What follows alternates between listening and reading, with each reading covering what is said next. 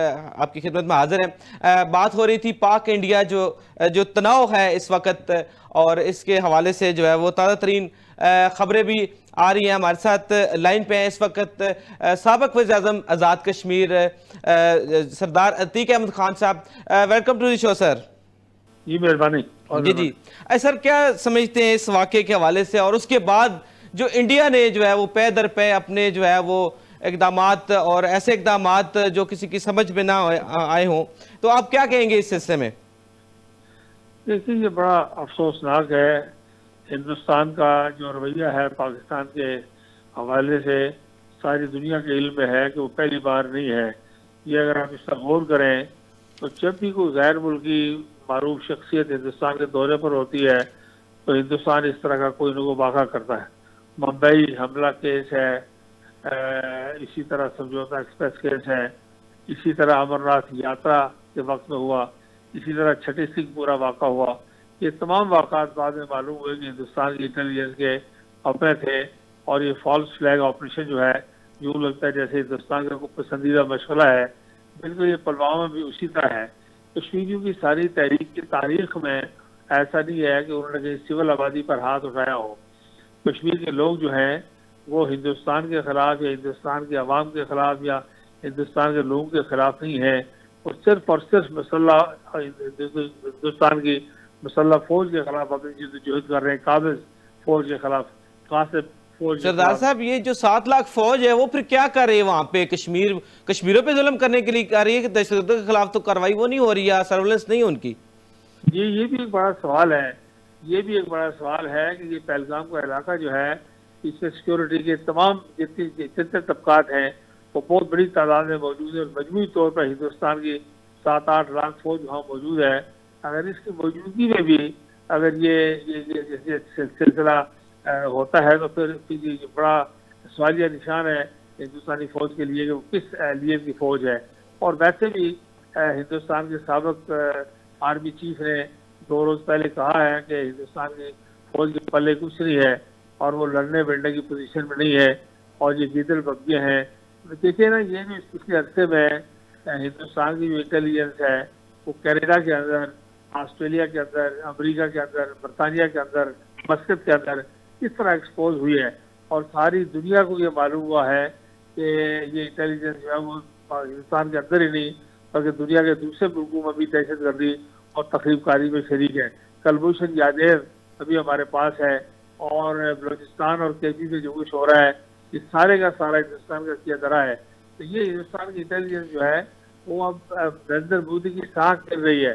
नरेंद्र मोदी ने इस इलेक्शन में पिछले इलेक्शन के मुकाबले में 60-70 सीटें कम ली हैं। जी जी, सरदार साहब हमारे साथ मौजूद हैं दिफाई तजियाकार जाहिद महमूद साहब। इनसे भी पूछेंगे कि आप कश्मीर में भी आप यकीनन रहे होंगे और इस सारे जो दिफाई जो है वो मामलात है उससे बाखबर रहते हैं यकीनन।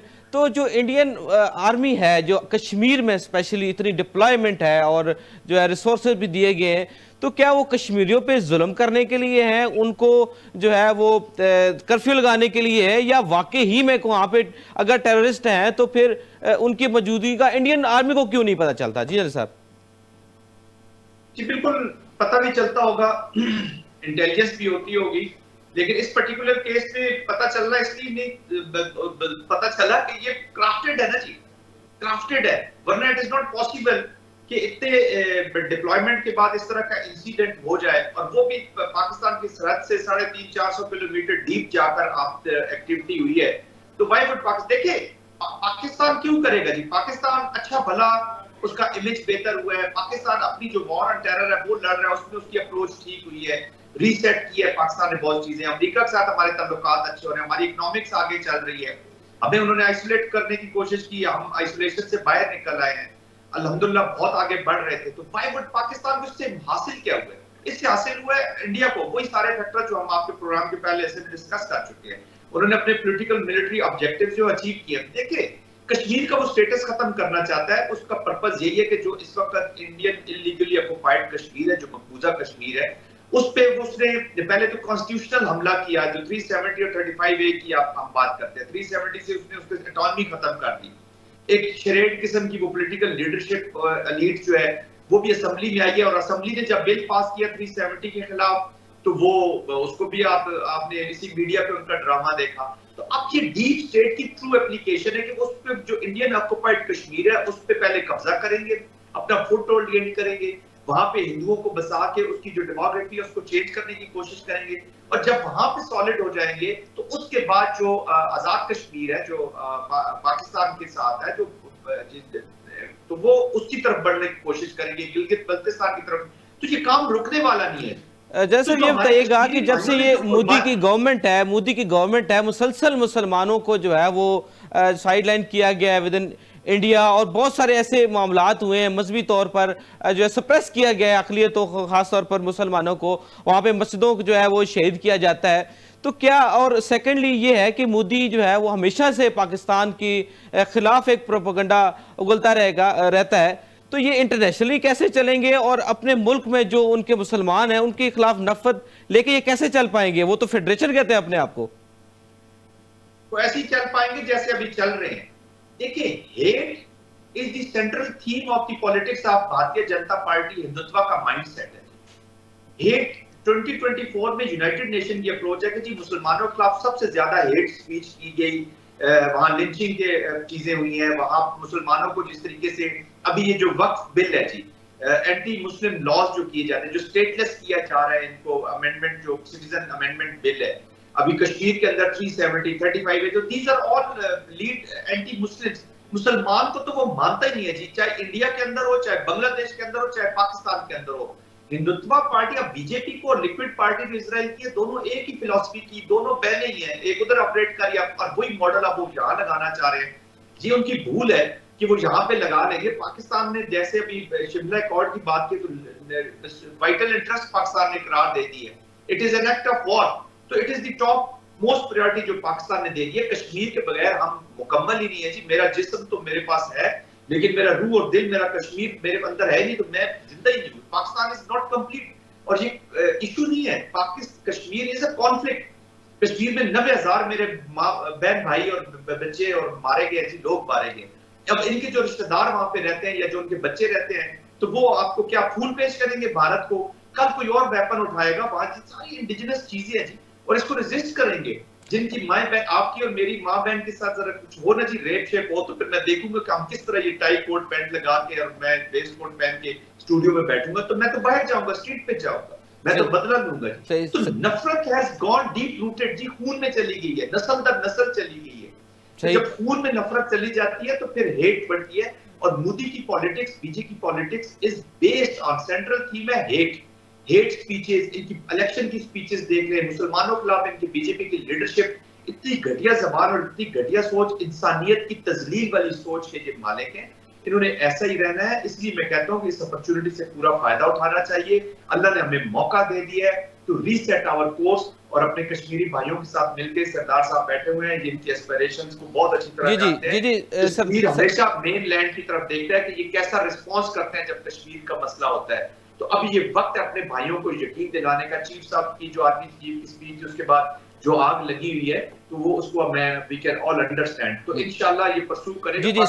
जी सरदार साहब, ये बताइएगा कि इंडिया ने यूनिलैटरल सिंध-ताश मुआहदे से जो है इनहराफ का ऐलान किया है, इसको क्या समझते हैं? पाकिस्तान के लिए कितना सिग्निफिकेंट है, और इंडिया क्या खुद साख्ता ये फैसला कर सकता है? देखिए, ऐसे है कि हिंदुस्तान ने दो तरफा वायदा जहाज का कभी भी एहतमाम नहीं किया, और इस मौके पर भी उन्होंने इसी तरह का किया है। ये थर्ड पार्टी से इन्वॉल्व है, कहीं वर्ल्ड बैंक इन्वॉल्व है, कहीं और इन्वॉल्व है, और इसमें वो यकतरफा तौर पर ये कार्रवाइयाँ कर नहीं सकते, कानूनी तौर पर पाबंद है। अमली तौर पर वो इसकी वायलेशन मुसलसल करते चले आए हैं, शिमला वायदा की खिलाफवर्जी करते चले आए हैं वो। लेकिन पाकिस्तान ने इस मौके की मुनासबत से बड़ा अच्छी पोजीशन ली है, बड़ी मुनासिब पोजीशन ली है, बड़ी जुर्रतमंदाना मौका इख्तियार किया है। और मैं सारी कौम को सलाम पेश करता हूँ कि सारी कौम अपने इख्तिलाफात को बुलाकर फौज के साथ खड़ी हो गई है। ये अगले रोज हिंदुस्तान का आर्मी चीफ, साबिक आर्मी चीफ ये कह चुका है। तो ये जो सूरत हाल है, ये ज़्यादा देर तक चलने वाले नहीं। हिंदुस्तान के साथ हमारे दो तरफा ताल्लुकात कभी भी ना माजी में ठीक थे, ना इधर ठीक होने का कोई इम्कान है। लेकिन जो माहे आलमी शांति के तहत वजूद में आए हैं वो माहे जहाज को यकतरफा तौर पर हिंदुस्तान छेड़ नहीं सकता। और हमारी सिक्योरिटी काउंसिल ने ठीक पोजीशन ली है, दिफाई इस्लामी कौमी शांति कमेटी ने ठीक पोजीशन ली है कि पानी की बंदिश को हम जो है वो जंग तस्वर करेंगे। तो यही मौक़िफ़ हमारा होना चाहिए। हिंदुस्तान किसी भी इलाकाई आर्मी माहे का एहतराम करने के लिए तैयार नहीं है। हम क्यों इन माहे जहाज को बैठ के शायद लगा के चाटते रहते हैं।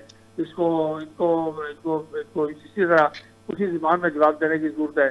और ये बहुत अच्छा किया कि ये पाकिस्तानी इलाके से परवाजें बंद कर दी हैं और शिमला माहे के बारे में भी अच्छा मौका दिया हुकूमत पाकिस्तान ने। सही सही। अच्छा जनरल साहब ये बताइएगा कि जो नेवी और एयरफोर्स के अताशी जो है वो उनको कहा गया है कि अब मुल्क छोड़ें, तो इसकी क्या सिग्निफिकेंस होगी या क्या इंपॉर्टेंस होगी इस डेवलपमेंट की पर्टिकुलरली? देखिए वो टारगेट कर रहे हैं पाकिस्तान, अदर देन पाकिस्तान, जो पाकिस्तान की मिलिट्री और पाकिस्तान की मिलिट्री लीडरशिप है उसको टारगेट कर रहे हैं जी। वो दुनिया को ये बताना चाहते हैं कि ये जो पाकिस्तान की आर्मी है ये रिस्पॉन्सिबल है। आप उनकी कमेंट्री देख लेना जो जी कंटिन्यू करें। तो वो मैं कह रहा था कि वो पाकिस्तान की मिलिट्री, पाकिस्तान की जो मिलिट्री लीडरशिप है वो उनके टारगेट पे है।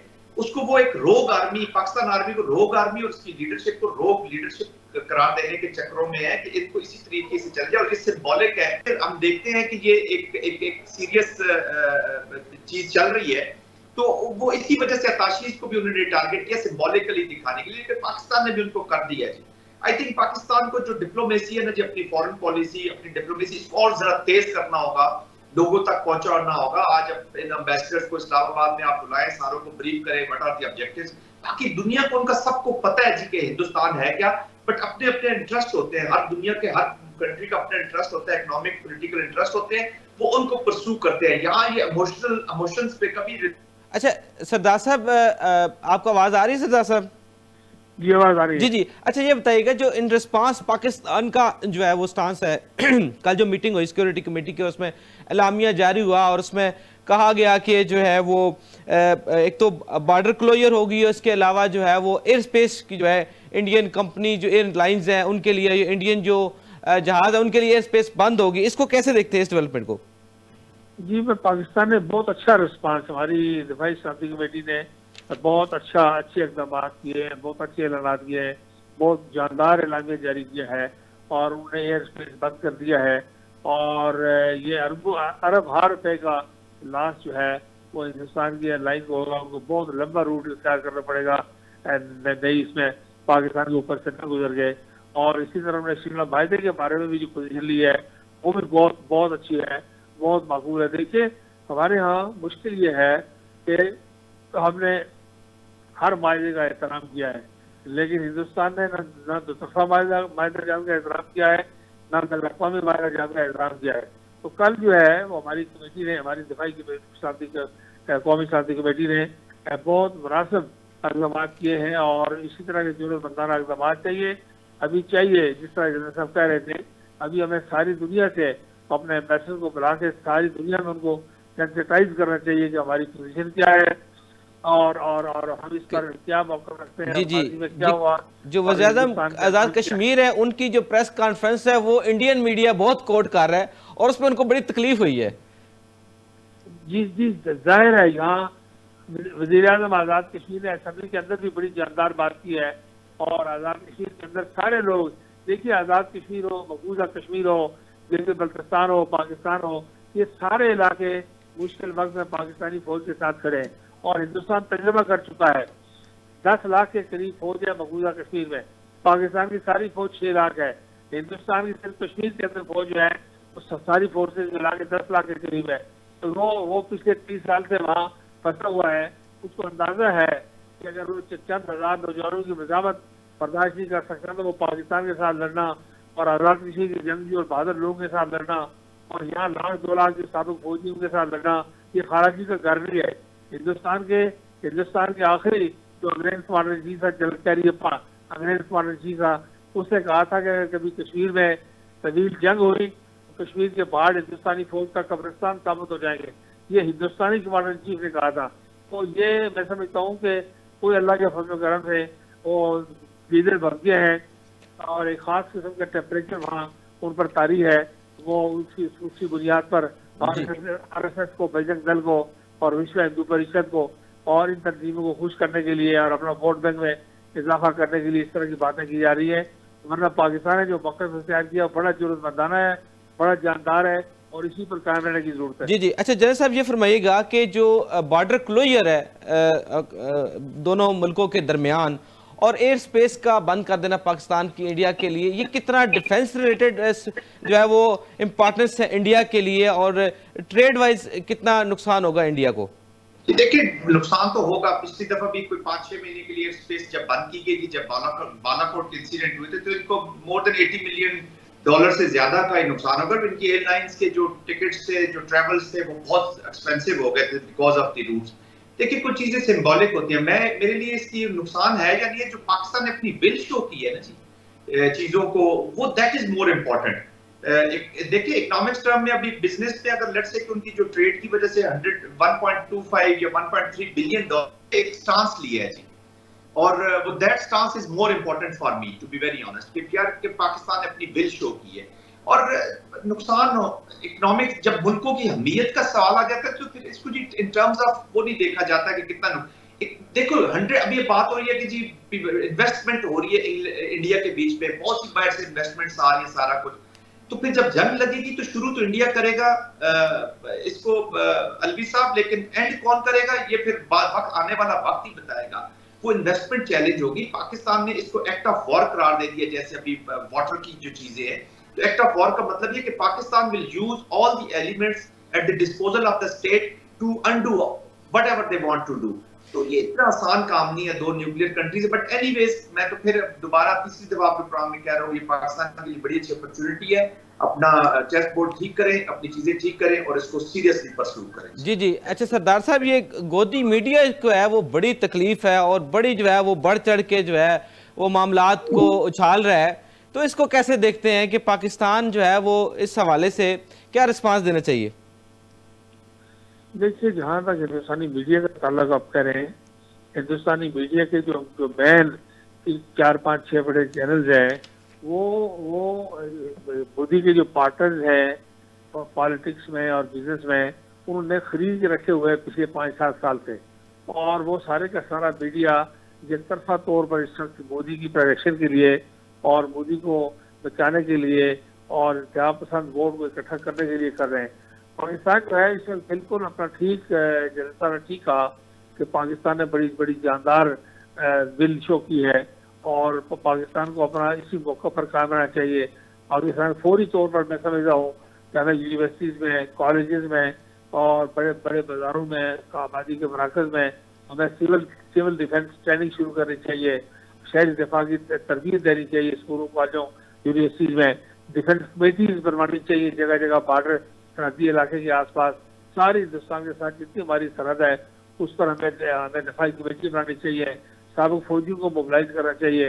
हमें इस पर भरपूर इक़दाम करना चाहिए कि अगर हिंदुस्तान को एडवेंचर करता है तो उसको फिर ये रोज रोज ये तफरक जो है इसको खत्म कर दिया जाए और उसको यकसू कर दिया जाए। जी जी, इस तरह अगर जंग होगी, खुदा न खास्ता अगर जंग होती है तो फिर बिल्कुल ये जंग शुरू करने का शौक शायद हिंदुस्तान का हो, लेकिन खत्म करना फिर उसके पास की बात नहीं होगी। तो ये खत्म इसको आराम करेंगे और पाकिस्तान करेगा इंशाल्लाह। तो इसलिए ये मीडिया की वार वो अपने तरीके से जो तैयार है बहुत, इसलिए बहुत जोरदार तरीके से कर रहे हैं। बाकी हमारे यहाँ भी मीडिया पूरी तरह तैयार है और पूरी तरह कमर कस के मैदान में है। सही। सर्जिकल स्ट्राइक के बारे में बड़ा शोर किया जाता है इंडिया में जी, सर्जिकल स्ट्राइक करेंगे। तो पहले भी वो चाय पी के तो चले गए थे, तो दोबारा क्या नया एडवेंचर करना चाहते हैं?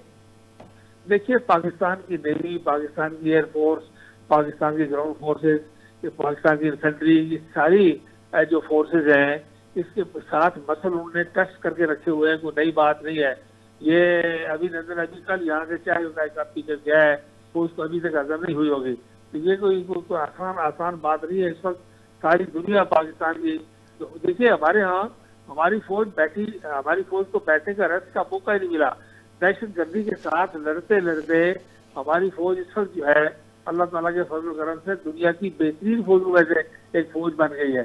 सारी दुनिया के दहशतगर्द इकट्ठे होकर पाकिस्तान पर हमलावर हैं और ये तनहा ये फौज उनका मुकाबला कर रही है और कामयाबी से मुकाबला कर रही है। और सारी दुनिया जो है दहशत गर्दी के हवाले से पाकिस्तान के मॉडल को रेप्लिकेट करने की कोशिश कर रहा है। इसलिए पाकिस्तानी फौज पूरी तरह तैयार है अल्लाह के फजल करम से। जी जी।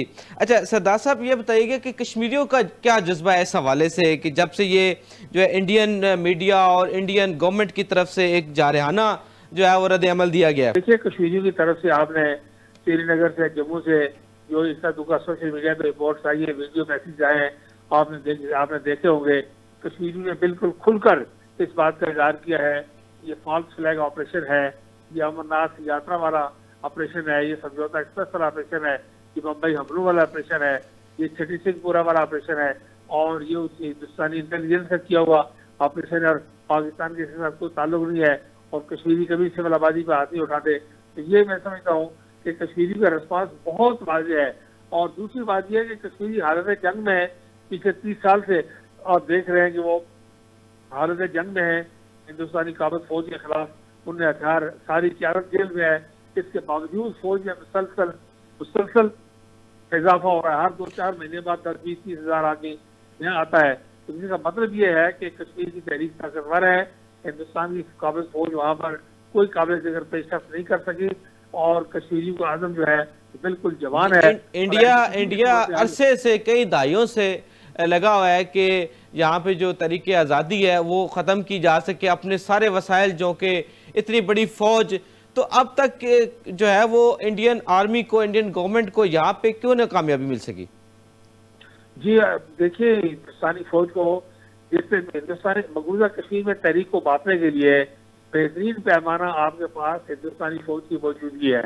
अगर हिंदुस्तानी फौज को कामयाबी होती, अगर हिंदुस्तानी हुकूमत को कामयाबी होती, अगर नरेंद्र मोदी को कामयाबी होती, तो वो आहिस्ता आहिस्ता फौज में कमी करते, आबादी के बराबर से फौज हटाते, आहिस्ता आहिस्ता दरगू में जाते, आहिस्ता आहिस्ता वापस हिंदुस्तान जाते।